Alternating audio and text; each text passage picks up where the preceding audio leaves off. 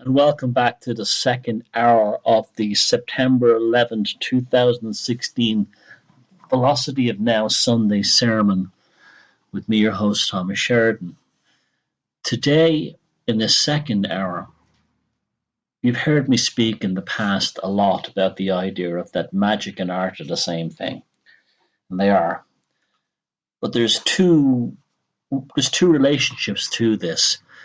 The idea of magic as an art form, and then the idea as an art form that produces magic. So, for instance, an image of a beautiful woman can cause the hormones and the sexual excitement of a young man or a male looking at that. This is actually magic, because the creation of the woman is not real. It's purely an image, but it has a physical and a biological response in those who view it. Likewise, you could see a swastika. The swastika would have a physiological response in certain types. Today, most people associate it with National Socialism, and they would have an increased heartbeat, they would become tense, and they would look away from it or be repulsed by it. To a Hindu in the Vedic world, the swastika is simply a sign of the sun that they've had for many thousands of years, and they would have a completely different biological reaction towards it. Again, based on the agency of the relationship the object has to the society and the individual that has been placed in one's mind. We have the idea of the machine or the entity brought to life. You see that in automatons. You look at these automatons that were built 300 years ago, and many of them are frighteningly real. They're disturbingly real. But that's not the same thing as saying they have a soul inside them. We project an aspect of ourselves into this machine creature that, in a sense, brings them to life, quote unquote. And then you have the other aspect of, say, the golem, where you have a golem that's built from clay, and a magic or Kabbalistic ritual is then performed in order to bring life to it as a robot. And I told you the other day that robot comes from the Czech word, from the Bohemian word for worker. This is still a work of art, whether it's a robot is a work of art, a radio, TV is a computer is a work of art. If you're getting a psychophysical response from something projected on a screen, this is magic. This is magic. Now, a book that has been influencing me for a long time now, and it's almost impossible to read. So I'm going to read a section from it. It's written in the most obnoxious academic type language by two people. It's not their English is clearly not their first language, but still, having read this book over and over again, I'm just pulling the dust off it. It's Ernst Christ and Otto Kurd's Legend, Myth, Magic in the Image of the Artist, and I think it was published back in it was published back in 1979, so it's not really that old. But it's definitely a kind of an academic inspired text, and for that reason it's next to, shall we say, impossible to live with, but to read. But it's a wonderful resource, because the good thing about academia is you get sources and you get footnotes and you get bibliographies in the back that are very useful for going on and exploring other things. And I find myself constantly coming back to this book, even though it's coming from a very classical world view, a very sort of classical Western academic view. There's a lot to be said in it. And I want to read from a section called The Artist as a Magician. And I want to read this, and I'll interrupt it now and again to try and flesh it out in a more agreeable form. I'm not the best with ancient Greek terms, and they're written in Greek, so I'm just going to try and pronounce them. For anyone from the Hellenic world, please forgive me if I don't get them right. The image as magic. And I'm reading from the text now. The insight we have gained into the significance of an anecdote dealing with the deceptive powers of a work of art was a result of examining its historical derivation. We believe that we can discern in it echoes of what we are told of the mystical artist, that he could create life and motion. By this insight, it's still incomplete. To supplement it, we draw on other reports dealing with the same phenomenon. They tell us of works of art that were taken by living beings and permit us to draw. They were taken as works. They tell of works of art that were taken as living beings. These are actually artworks that were believed to be alive, and permit us to draw the conclusion about the conditions determining this confusion. It occurs under the influence of such powerful emotions. Reports that the sight of a statue provoked desire, or that a punishment intended for a person who was carrying out on an effigy presupposed that the work was considered to be alive. This would be like a voodoo doll. The most famous of these reports deal with sensual love for a work of art. Of the numerous instances recorded in antiquity, several relate to two works by Praxiteles, his Cynead Aphrodite, and his Eros at Parion. Such tales were collected in antiquity, for example, by Aurelian and Arthenius. An Athenian comedy early adopted the theme of the lovelorn youth who shut himself up with a portrait of his beloved. One can include in the same category the legend of the Cypriot king Pygmalion, who in Ovid's version becomes the creator of an object of his love. Another variant of the same legend occurs in one of the stories of the Persian Book of Parrots, in which four men share in the creation of a work of art, which by their prayer gains life, ultimately compelling all four to fall in love with it. That's very similar to the golem idea. This comes from ancient Persia. The idea that they created a work of art was so beautiful, and by using a ritual, it brings it into life. Similar stories are scattered. That's interesting about the golem story. The golem was given the name Joseph, and there was a genuine affection for the golem in that story.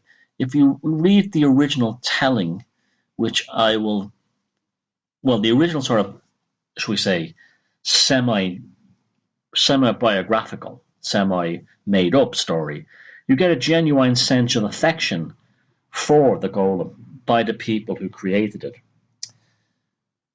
Similar stories are scattered through the more modern art literature as well. It is said that a Spaniard was overcome by lust, aroused by an irresistibly enticing, then undraped figure of Justice on Gomilio de Porta's tomb for Paul III in St. Peter's Basilica. These stories have also penetrated by the Islamic world. The figure of the female cupbearer, supposedly Sheridan, the mistress of King Abaris in the grotto of Tak-i-Bustan, inflamed the man's passion, and in order to prevent this from happening again, the figure's nose was struck off. The story is noteworthy in two respects. The statue was believed to be alive not only by a man who offered his love to it, but also by those who mutilated it to prevent others from falling in love with it. The latter, moreover, took their revenge not on the statue, but on the seductive woman it depicts. Now, you see, this is really interesting when you think of things like pornography. Pornography is one of the biggest industries in the world, and there's an urban legend, and I'm not sure if it's true or not, that the reason why VHS cassettes won that war back in the days of video recorders and Betamax cassettes didn't was because the pornographic companies released all their videos on VHS and people wanted porn. And then you have the people like who crusade against that. So you have both sides of the story here. You have the idea of the crusader against porn and the one who's actually turned on by porn. Well, in this case, it was erotica, but they're both the same thing. You understand? Like the man who has a sexual attraction for the statue of a beautiful woman and the person who both destroys the statue in order to prevent this erotica from taking place. Both are under the spell of the statue for different reasons. Well, not for the same reason really, but for coming at it from different points of views. Both are ultimately driven by two things: their physiology and their complexes. Continuing on with the text, here we come upon the most common practice associated with the equation of picture and depicted, namely belief in magic, especially effigy magic, the belief that a man's soul resides inside the image, and that those who possess this image also hold power over that person, and that all the pain inflicted on the image must be felt by the person it represents. One also encounters the converse of this idea, that the harm is done to a person must also be visible in the portrait. In this form of belief in the magic of the image dominates Oscar Wilde's portrait of Dorian Gray. We all know that story. There is scarcely any need to illustrate the universal diffusion of this belief by examples. It is enough to point out that Quattrocentros Italians who scratched away the Jews depicting in Castigliano's fresco of the flagellation in revenge for the injustice done to our Saviour, were acting no different than the country folk of our own day who have been restrained from disfiguring the executioner in the Passion tableaus. For it is in the sphere of religion that belief is in the identity of portrait, and is portrayed is most firmly rooted. All belief in the miraculous doing of rituals image begins here. In some instances, it is even possible to establish bridge leading from the practice of effigy magic to the practice of art, not only among primitive peoples, but also the art of post-medieval Europe. In the Renaissance, wax and bronze statues were produced for the purpose of magic, as it was amply documented by Verberg in 1934. The idea occasionally also made its way into the biography of artists. Now, this idea of making wax effigies in order to lose them, this originally comes from Babylonian magic. The Babylonians, as you probably heard me say in the past, I've read in my books, were a culture that were absolutely infused with demon worship. They had demons for everything. Demons for every disease, demons for every good thing, demons for every bad thing. And in order to dispel these things, a kind of an effigy was built in wax, very often dough. And because the belief was that demons came down in the rainwater would be collected, and then the wax would be either melted with hot water, rainwater that had been boiled, or the dough turned back into a kind of a liquid by the same bowl of rainwater, depending on what they had available. And there's also a technique used called lost wax casting. And it's a very magical process that's used by jewelers and model builders even to this day. And I've done it myself. What they would do is they would create, was done before the arrival of latex rubbers. If you wanted to make a copy of something in metal, what you did was you would build the model or the object you were casting in bronze or tin or lead or whatever metal, gold, in this wax. So it was a lot like candle wax. The model was built, those better colored so you could see the definition. Then you would put this wax into a sand container with channels and tubes to allow the wax gases to escape as they melted. So that's why you'd have these kind of like exit and entry points on even plastics today, where you get the flash. Flash is what occurs when you have the remains, when you put too much metal in the mold, and it actually goes through the sprues or the outlet pipes for the wax to escape. Now you would make the object in wax. You would put it in the sand and with a hole in the top, and then you would pour in the molten metal. The molten metal melts the wax and then burns it out and expels it through the outlet hole. So there's a very kind of alchemical thing going on here. You're pouring liquid metal. Imagine it's gold. You're destroying a wax effigy that's temporary and replacing it with a metal one that's probably permanent. And you're smelling the gases, the heat is coming up. And then it all takes place in the mystery world inside the sand. You don't actually see the process. All you do is you pour molten metal into a hole and watch gas being expelled out of the venting part of the hole. And then you wait for it to cool. And the most amazing thing when you do it is when you pull it out of the sand and you take the sand away and you push it off and you take it away, you have a perfect copy of the wax effigy in your hand, and the wax effigy only exists now as a memory and as gases floating about. That's a very powerful magical experience, as is developing photographs in the old-fashioned. I only very recently saw a photograph being developed in the traditional form, and they see that they're in the light, in the dark room with a red light, and the water's constantly running, and you have all four elements there. It's absolutely an alchemical experience. Returning to the text. Kuchiaki, turn century, 4th AD, the author of the famous picture scroll in the British Museum, painted a portrait of a girl who had rebuffed him and fixed it on a wall with thorns, one of which pierced her heart, whereupon she immediately fell ill of a pain in the heart.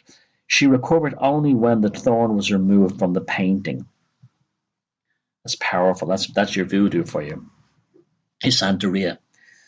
The belief in the identity of portrait and portrayed, which the French, see, this is what gives artists and great powers, and also gives artists, creates a great fear of them, and why you have the rich and powerful want to patron or own all the great artists, because they want to own their magic.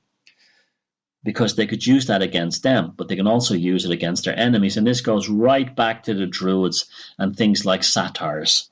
A satyr could either make or break a chieftain. The belief in the identity of portrait and portrayed, which the French philosopher Charles Lalo cleverly termed the first aesthetic theory of mankind, not only seems to be associated with the origins of representational art, but also governed the formation of legends concerned with the beginning of art. Two types of motifs can be distinguished here.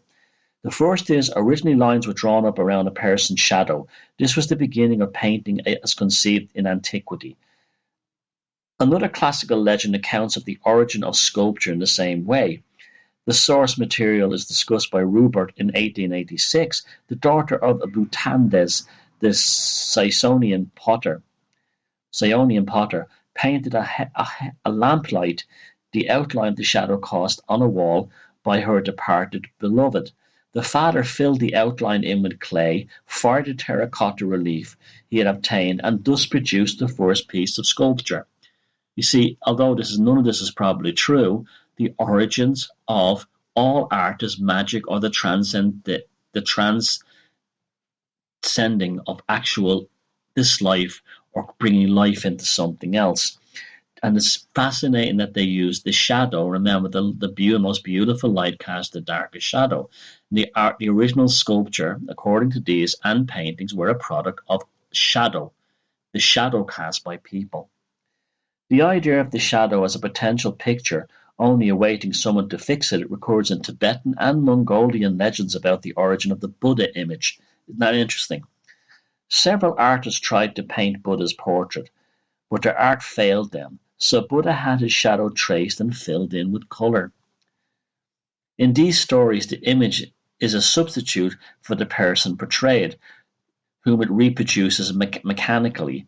Now, this is interesting why Buddha probably picks this, because if there had been a representation of Buddha created by a person who knew them, it may well be a lie. If they were obsessed with them and in love with them, they would not have produced an honest image. They would have painted them as some kind of as glorious, imperfect being. At the same time, if they harbored a resentment or a fear of the Buddha, they would have painted him unflattering or maybe even true. But the idea of Buddha using his shadow as an outline creates an honest image of representation in terms in that it's projected by the physical being themselves. Now, this makes me think of the whole thing with Rolf Harris and the portrait of the Queen. Rolf Harris, I have seen no evidence in the court papers to show that he is anyway guilty of what he did. And if he did, he should have never been brought to court and he should have never been locked up. My theory is that he's been actually being punished by the Crown for painting a very ugly and a very disturbing image of Queen Elizabeth II. He may have actually painted her as she really was, and this disturbed her, and that's why she took down one of her knights who betrayed her. That's my theory. Returning to the text. In these stories, the image is a substitute for the person portrayed, whom it reproduces mechanically. The shadow whose outline is traced is deemed to be part of the person himself. The idea is reminiscent of the common notion of magical thought, according to which possession of part of or pairing from a person's body lead one power over him. Lend one power over him. The second type of legend about the origins of art is based on the belief that the image is a replacement of the dead person.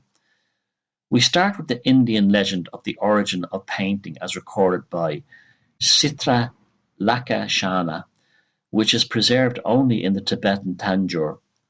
Long ago, when men did not die before their time, a Brahmin came weeping to a holy king and complained that his son had been prematurely taken from him. The king addressed Yama, the god of death, whom whoever refused to relinquish the Brahma's son. Thereupon Brahma himself appeared and commanded the king, true to his form, and with the aid of colours thou shalt paint the Brahman's son, so that it is likened unto him. The king painted the boy, and in the guise the Brahma restored him to life and gave him to the Brahman alive.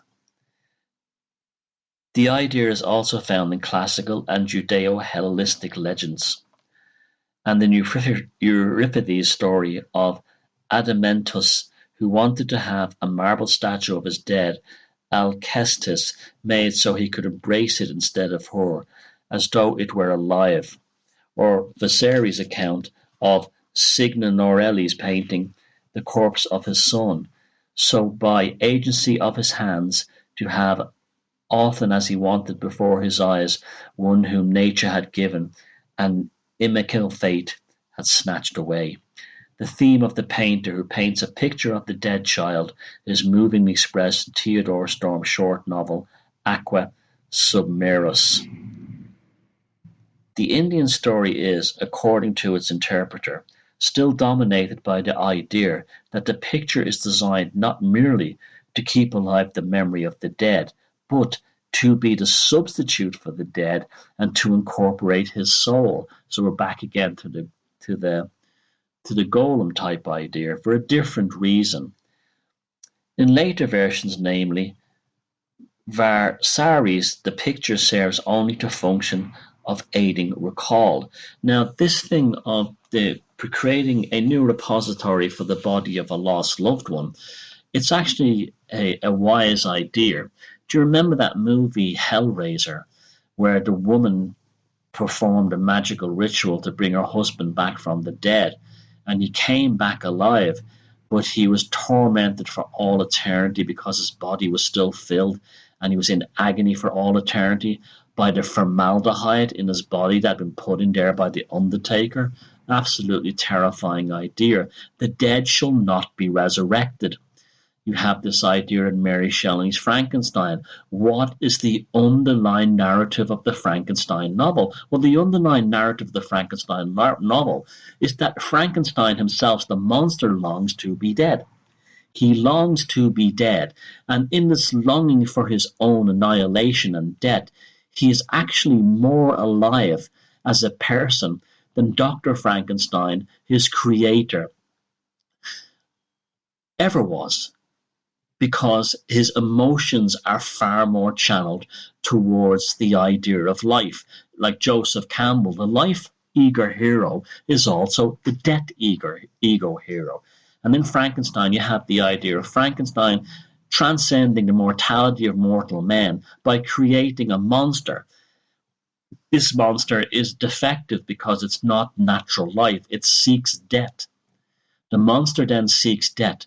But in its quest for the respite of its own soul, it actually achieves a kind of humanity which Dr. Frankenstein, the monster's creator, was never capable of, because he missed the whole point of living by creating this monster. To him, life was a challenge. Life was a what's the word? A task, a problem to be overcome, because life and death is the same thing. And in doing so, he created the solution to that, the monster who longed for death.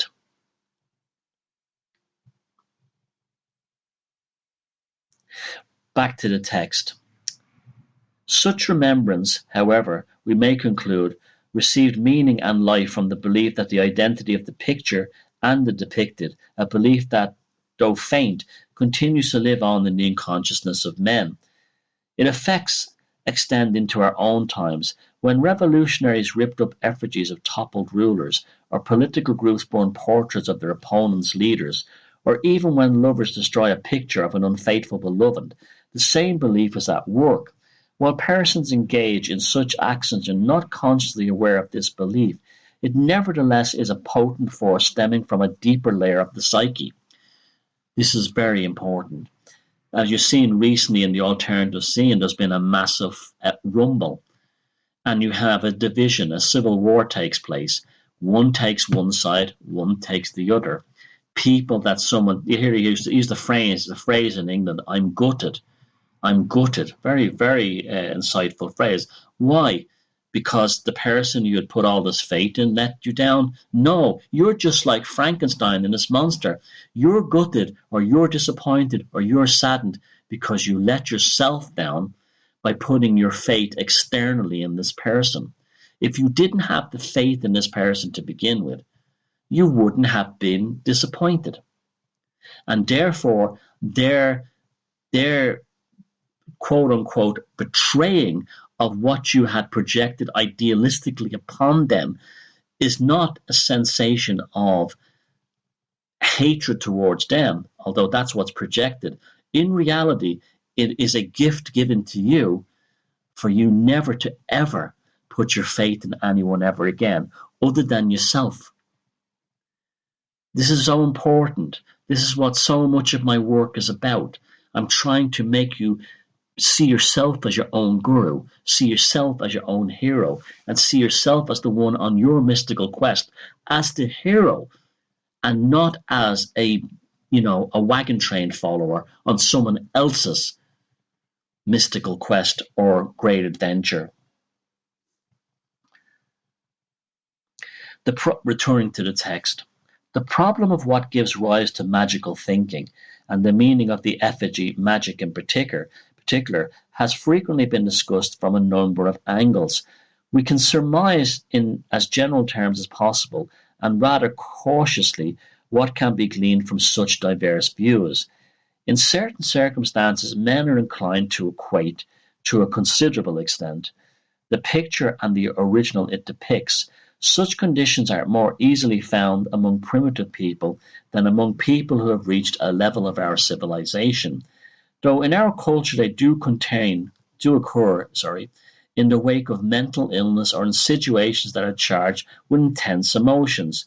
They evolve more readily in crowds than in the individual. See what I'm saying? The mob rules. The mob rules the mob itself more than anything else. They are more frequently in children than in adults, although here too a strong effect may make them easier to observe.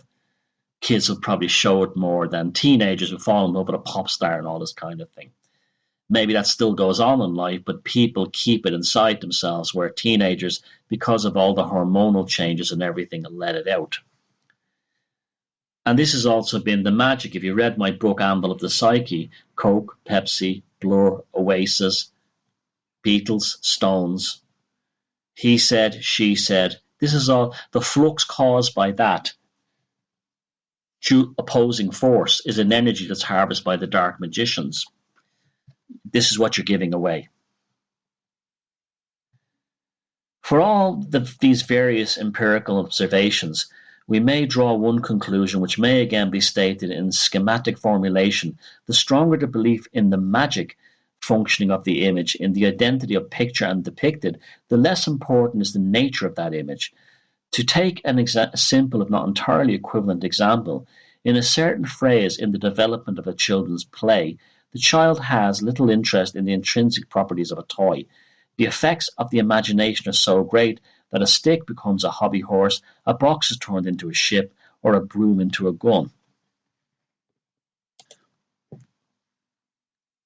On the basis of this empirical finding, we can gain a better understanding of a far more difficult to interpret phenomena of primitive and folk art. In general terms, whenever a high degree of magic power is attributed to an object, whether this be a fetish of primitive men or a miracle-working ritual image of a civilized man, its resemblance to the nature is rarely of decisive importance. We resist the temptation of discussing individual examples from this fascinating field of inquiry. Instead, we return to our main topic by way of inserting a particular fruitful idea from Heine Gomperz. Heine Gomperz developed in a neglected study, where the belief in the identity of picture and depicted is in decline. A new bond makes its appearance to link the two, namely similarity and likeness. Formulating these remarks differently, we would say that the closer the symbol picture stands to what is symbolized, depicted, the less its outward resembles, the further apart the greater the resemblance. This thought advances our understanding of the anecdote that we placed at the beginning of this section, for it is due to the picture's lifelikeness that is confused with what is depicted. The two resemble each other. They can substitute for each other. For instance, it's just like what Carl Jung writes in Approaching the Unconscious, the foreword to a book, Man and the Symbols. He talks about the idea of a sign and a symbol. A sign indicates something.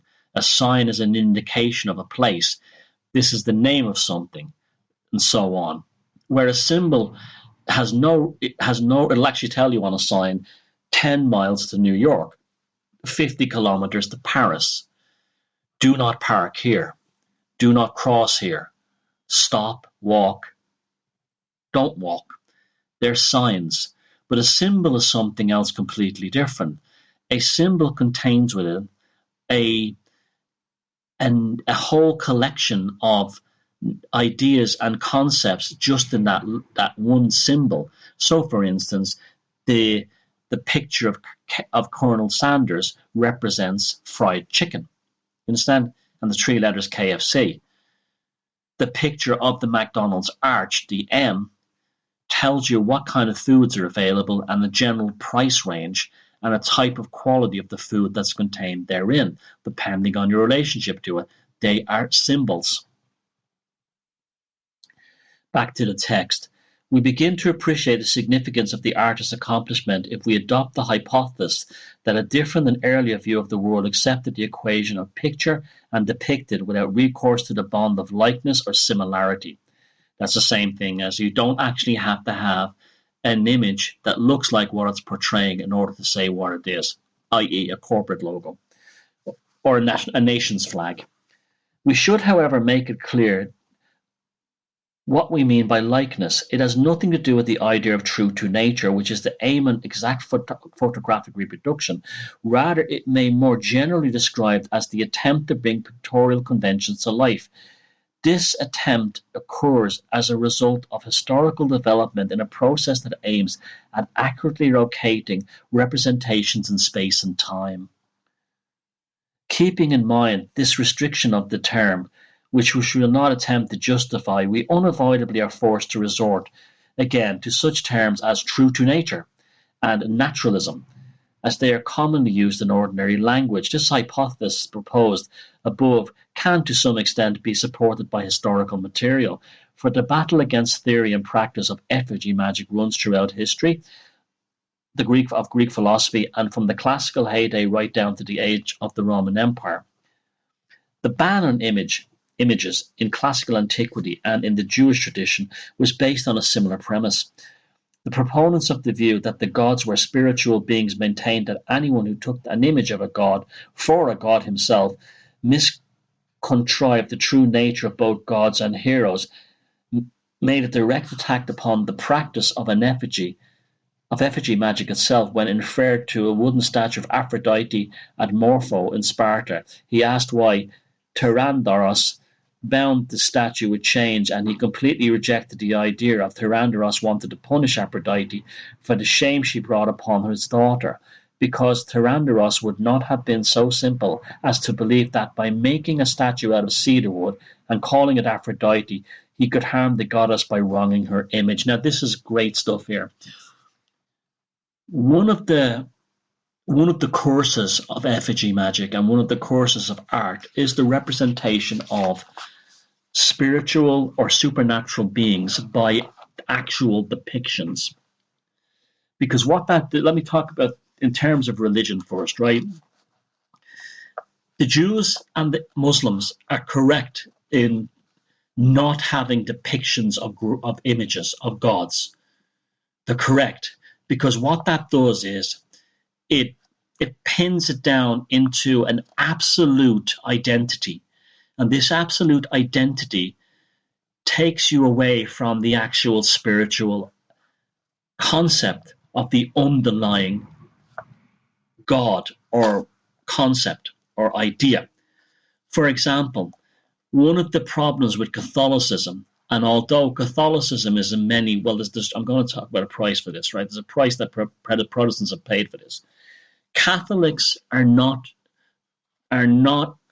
in a good position because of their church having them worshipping effigies, such as the Stations of the Cross, such as all these little statues of all these saints and pictures of saints and Jesus, because they end up worshipping the icon. They end up worshipping the picture, then worshipping the God force that it represents, or at least adorating the God force that represents.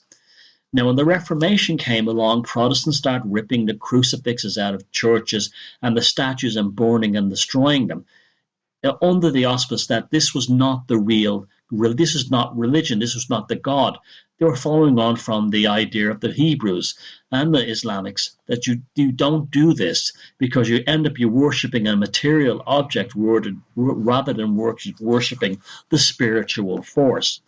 While on the surface this seems to make a lot of sense, there has been a price that they have paid for this because of the Orthodox Christianity of, say, Catholics and the Eastern Orthodox Church.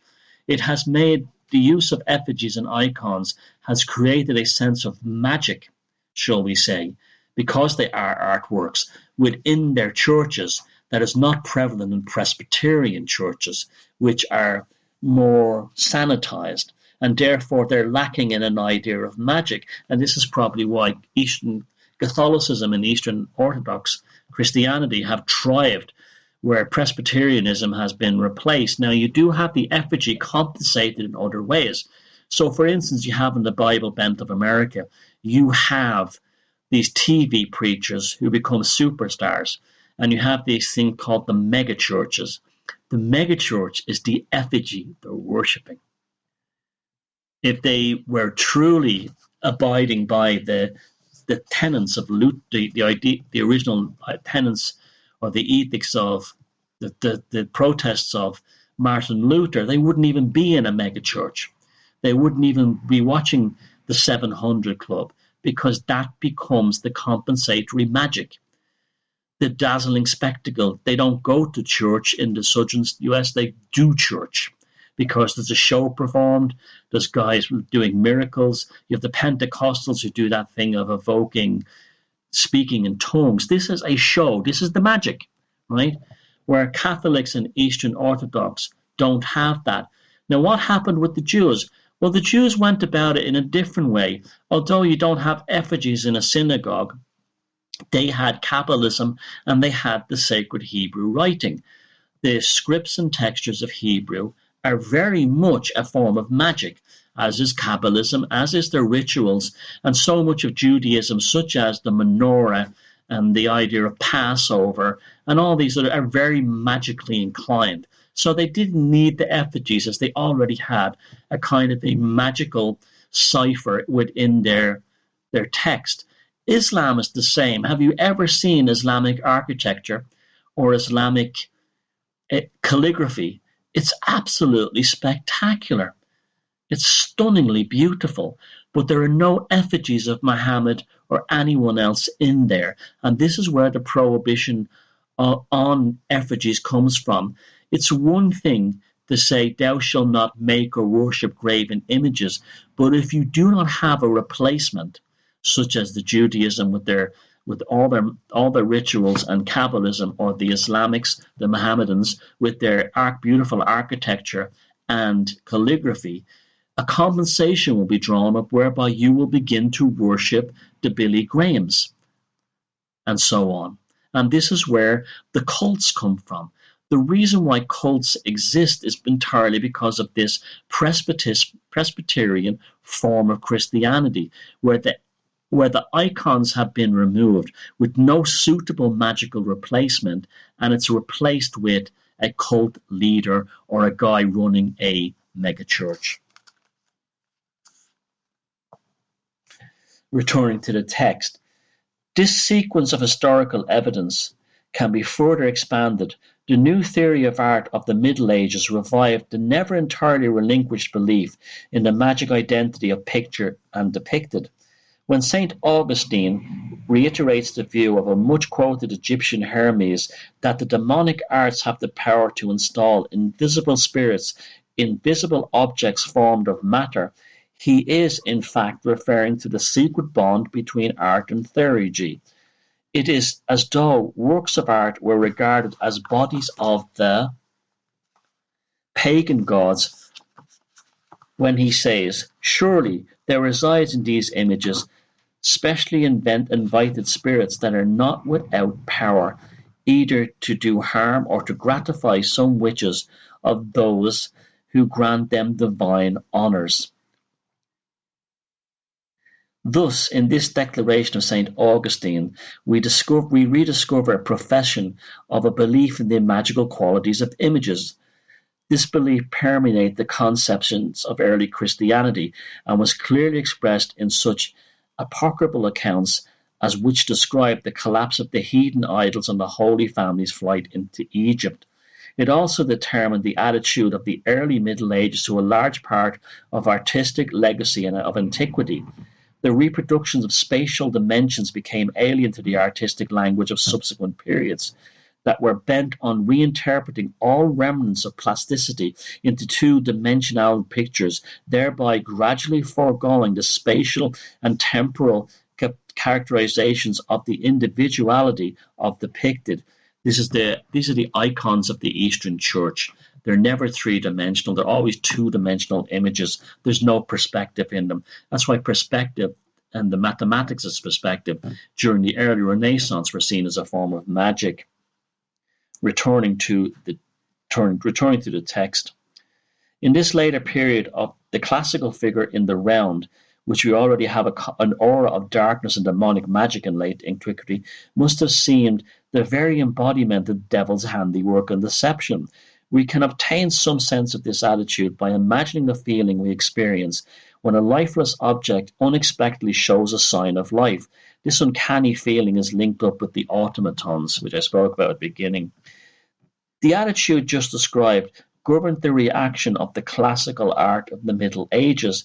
The most apparent in the guidebook is to the cities of Rome and Constantinople, which sought to interest on the pilgrim, who was no longer travelling to the seat of an empire, but journeyed into the hearts of eternal salvation, building heavens on earth, in the remnants of a glorious past.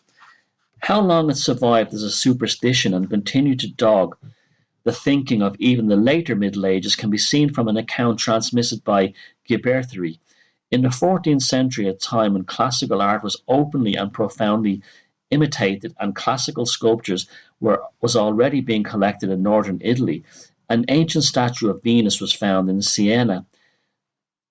Though at first prized, as soon as a calamity struck the city, it was broken up as the bringer of misfortune, and its shattered pieces were buried in enemy territory. And that's magic for you. By the time the artist had as good as disappeared from the scene, and even names known from surviving records occasionally appeared under new guises, the Mirabilia Urbis Romanae, the best-known medieval guidebook, wove the names of Phinidas and Praxiteles, which could still be read on the plinth of the statues of the horse trainers in the Quirinal into the fable. During the reign of the Emperor Tiberius, there came to Rome two young philosophers called Praxiteles and Pythias, and they claimed to have such wisdom that they were prepared to repeat word for word anything that the emperor might say while they were out of the room. They were as good as their word, but refused the payment instead for perpetual commemoration as philosophers by two marble horses stamping the ground with their hooves, signifying the princes of the world. That they were then placed beside these horses as nude figures with raised arms outstretched, indicating their ability to tell the future, their nudity signifying that knowledge of the world was laid bare in their souls. Just as the work of art here reinterpreted in symbolic terms, so the art becomes a form of soothsayer. Just as sculptors who were regarded as miracle-working philosophers, so Virgil in the Middle Ages was regarded as a magician. A whole series of legends are woven around him, but all legends ascribe to the magician Virgil the ability to make automatons. It keeps coming back again. If you notice, there's this theme of the mechanical man. This is where the transhumanist whole thing comes from. This idea that this is the beast without a soul, the creation of the mechanical being. It's almost like something that's haunted mankind, particularly the upper echelons of mankind. That the ones who would do it first would become a kind of god upon this earth themselves. That if you could build the first absolutely functioning machine men robots, you then have, in a sense, breathed life into Adam. And that makes you a god. That makes you the new god. Because you can now create the Adams and the Eves of the future. But by extension, referring back to what I said about Dr. Frankenstein, what you will create will be the reflection of your own shadow. Returning to the text. There are similar reports about Albertus Magnus, who, under a favorable conjunction of the planets, cast a metal statue endowed with the power of speech, which was then destroyed as a pagan idol by a monk. Universal abilities also seem to have been attributed to the medieval artist at the time when he appeared in the contemporary literature. In this context, we must still add that the anecdote about the deceptive powers of the work of art underwent a reinterpretation in antiquity itself. Syraxus is said to have raised the question why the birds pecked away at the picture of the grapes which a boy was carrying, why the picture of the boy did not frighten them away. Two different explanations were proposed. One found in Philly that suggested that the boy was not so well painted as the grapes, and the other by Seneca maintained that this very instance showed that an idealized portrait, the painting of the boy, was superior to that of those of the grapes. Here we are confronted with the two contrasts between reality and beauty, which especially preoccupied the Romans, and which received its most succinct formulation by Quintilian, who said that the Demetrios, the 4th century Athenian portraitist, preferred beauty to likeness. The same attitude is also found in that of Strabo. He tells the story of Protogenes, who discovered that people's attention was being drawn away from the main subject of one of his pictures by the detail of a quail, whose lifelikeness was such as to have attracted real quails. Annoyed by this, he blotted the bird out of the picture.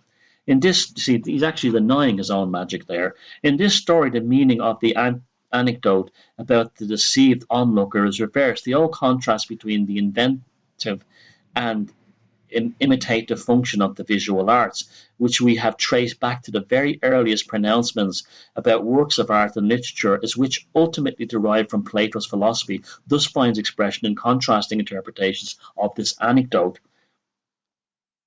There is little doubt about which of the two standpoints prevailed at the close of the classical era.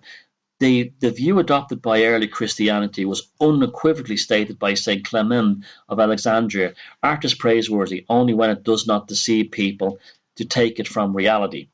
As recorded in numerous anecdotes, Chinese tradition had a fundamentally different view of the relationship between the picture and depicted, between illusion and reality. We hear again and again that animals or people left their places in their pictures and wandered off into the world, and that every harm they experienced in their wandering was subsequently visible in their pictures. This was very common in Japanese art as well, that the actual images left the pictures and became real beings in the world. And then this was reflected again in the pictures they had departed from, the artwork they departed from, returned to the text. Instead of illustrating this conception by citing other examples, we select one of these widely disseminated, and that sheds light on the attitude of the artist and his work. It tells us of the painter avoiding putting eyes in his portrait to prevent it from coming wholly to life. The idea that the artist would thereby retain control over his creation by denying its full vitality, as it were, is rooted in magical beliefs. The image of the artist who bestows life, who enlivens his pictorial works by his labours, on the other hand, leads back to the belief in the creative powers of the deity that breathes life into forms of clay. Now, that final part, that explains so much ancient art. You will see in very early primal images, such as Neolithic rock art pictures from all over the world, people are drawn as basically stick figures. The assumption here is this notion that these images are drawn thus because the artist lacked the representational skills to produce a competently realistic piece of artwork. And I disagree with this completely, because if you look, and I've even mentioned it in the Druid Code, that prior to the idea of a symbol being developed, a pictogram or a petroglyph, and that representing a whole concept of narrative ideas, Paleolithic artists were phenomenally brilliant at creating very lifelike representations of the natural world. But even then, they shunned away from creating. If you go to La Cow in France, the images of bison, oryx, and other wild animals is very, very accurate. However, they do not produce human beings with the same level of accuracy. This idea that you do that, you're somehow robbing yourself of your soul, or if something goes wrong, you will place a curse on yourself, and therefore you don't bring the image of the human to life, goes back right to our very, very earliest ancestors. The hunting magic only worked if the animals being hunted were accurately represented, while the humans hunting them were not. And this is why in Neolithic art, human beings are painted in very basic, stylized, and very similar stylized way all over the world. Usually 2 arms up, 2 arms down, a circle for a head, a long neck, and sometimes what appears to be a tail, which is probably a demon. Probably a penis. But we'll talk about another time. I'll talk about the portrayal of the demons and and demonic type entities in art. Today we're just talking about the basic idea of magical representation and magical attributes of artworks, whether they be accidental, deliberate, or a revulsion against them. Perhaps our Neolithic ancestors were aware of catastrophes that had taken place when their Paleolithic ancestors had painted lifelike images, and this is why they moved more towards spirals and stars and hash marks and other kinds of symbolic images. There must be a reason for that. Their cognition definitely became better, and their brains did improve. And also there's a lot of good proof that their consciousness actually expanded around 2500 BC, right in the middle of the Neolithic era. And some, human beings had gone inwards in many ways, and the creation of magic came from that. But the magic of the Neolithic may have been a result of the accidental catastrophic magic of the Paleolithic, or of an earlier Neolithic culture. So that was this week's Legend, Myth, and Magic in the Image of the Artist, by a historical experiment by Ernst Christ and Otto Kurz. Now, if you want to get the book, I don't think it's that rare. There's plenty of them lying around. But it would just take note, it's not easy reading. It's very much an academic text, and it's not written from a layman point of view, which is what I tend to do in my work. I trawl through all these complex academic documents, papers, and books, and then I put them into a conversational style in my books like the Druid Code and the Amble of the Psyche and all the other books, in such a way that we can grasp these secrets and conventions of academia in a way that we can incorporate them into our lives and ultimately make our lives a lot more interesting. When we understand these concepts better, we're less likely to be led astray into nonsense and bullshit, and we're less likely to have unfulfilling lives, because suddenly the more you understand about yourself in relationship to the exterior world, ultimately the more satisfying your life is. Thank you very much. I'll see you on Thursday night. My website's again www.thomassheridanarts.com, www.streetdruid.net. And if you want to thank me for this episode, buy me a book or share the videos around, or any way you can help is great. If not, I hope you enjoyed the show. Have a good and safe week, and feck 'em if they can't take a joke.